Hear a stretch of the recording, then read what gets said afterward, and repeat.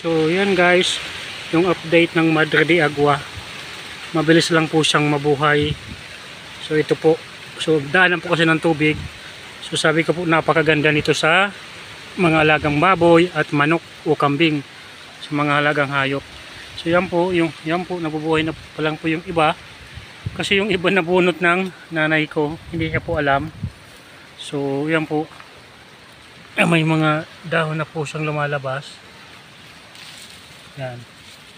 So ito po, so siguro after 6 months, so pwede na to ipakain sa manok o sa alagang baboy.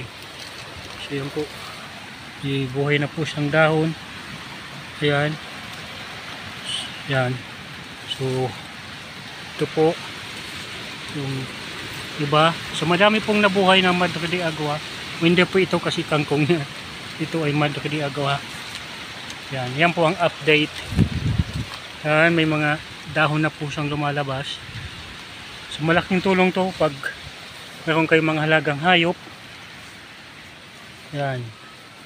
So magtanim po tayo nito kung may mga baboy kayo. Huwag niyo pong kalimutan magtanim kung mayroong pagkakataon. So yung isa talagang sobrang laki. Yung iba kasi nabunot. Hindi nakita. So yan po. So salamat po.